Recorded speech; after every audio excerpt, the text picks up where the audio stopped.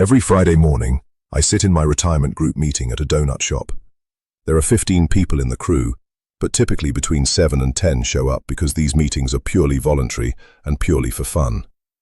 The group makeup is roughly 3 people in their 60s, 10 in their 70s, and 2 in their 80s. What brings us all together is our common work experience.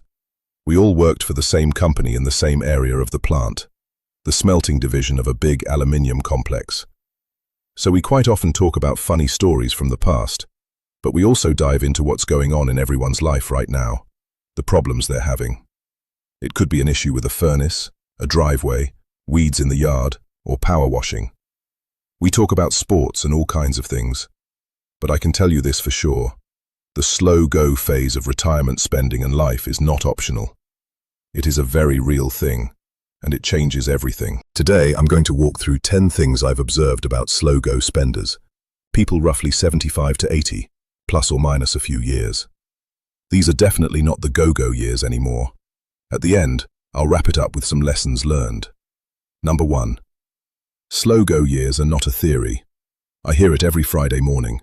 The folks in their 80s tell very different stories than the ones in their 60s. The 80-year-olds love hearing about the travel and experiences the 60-year-olds are still doing, because they just can't do those things anymore, and often don't want to. My parents lived this too. Dad retired at 58 and a half. They loved their 60s and traveled like crazy, but things really started to slow down around 75. By 80, they were mostly doing day trips, usually with one of the kids. They were the exception because they stayed really healthy. Still, I saw the slow-go years clearly in my family, and I see them every Friday as a living reminder. Energy drops well before desire does. These guys still have sharp minds. It's an all-men's group, not by choice, just who ended up in it. Retirement keeps changing, and the slow-go period is a phase we're all going to go through. Number 2. Social life gets smaller. Friends move away, get sick, or pass away. People stop driving, especially at night or for longer trips. Spontaneous meetups become rare. Social circles narrow. For some of these guys, this group is their only real social circle. Isolation sneaks up on you, one dropped relationship and one missed event at a time. Number 3. Travel changes more than people expect. Long trips just feel harder, almost painful. The stress of airports, early flights, jet lag, and walking all day loses its appeal. Knees hurt, backs hurt, and you're just tired. Simpler trips win.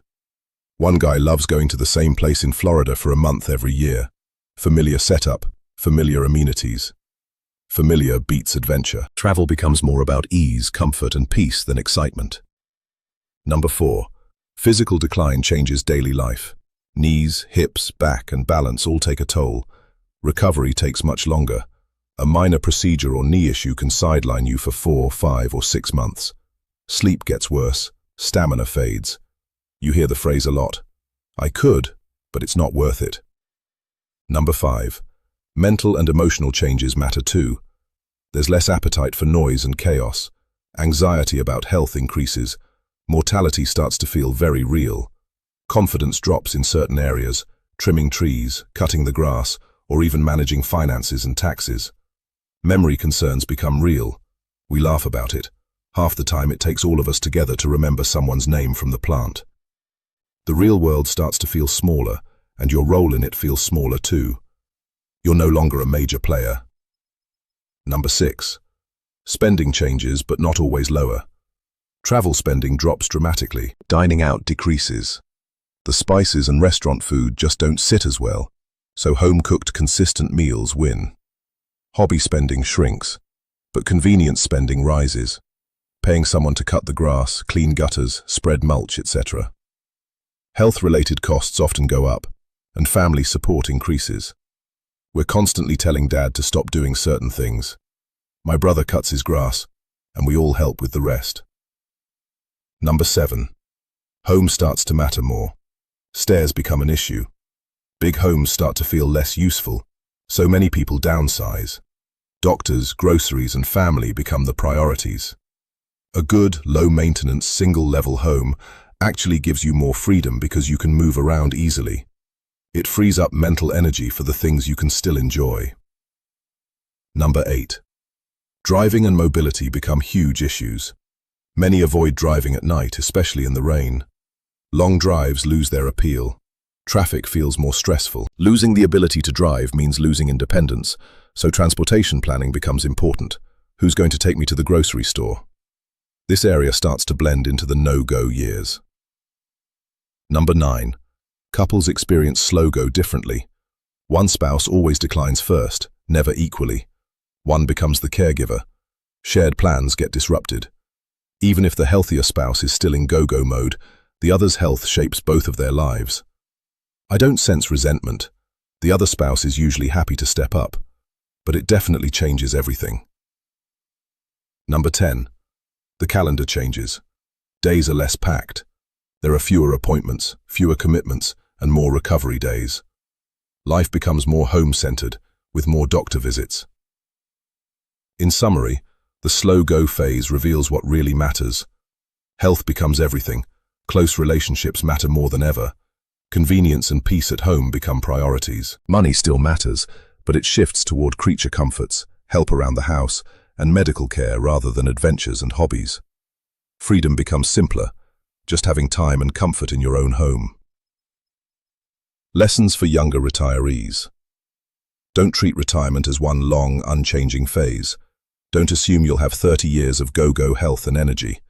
Those people exist, but they're rare. Use your go-go years wisely. Don't waste them by working longer than you need to. Do your big trips now. Build relationships now. Set up your home and finances now. Create a transition plan for when you'll need help managing money. My personal takeaway? I love hanging out with this older group. Some people say I need younger friends, but I treasure learning from those who've gone before me. My parents showed me the pattern: go-go, slow-go, no-go. I'm highly confident this will be my journey too. Slow-go isn't a failure, it's just another season. The goal is to prepare for it and enjoy today, because retirement changes. The go-go years don't last forever, and for many they're surprisingly short. You're lucky if you get 10 really strong ones. That's why I talk so much about retiring early. Most people regret retiring too late. The better you understand the slow-go years ahead, the more wisely you'll use your healthy years. Peace out.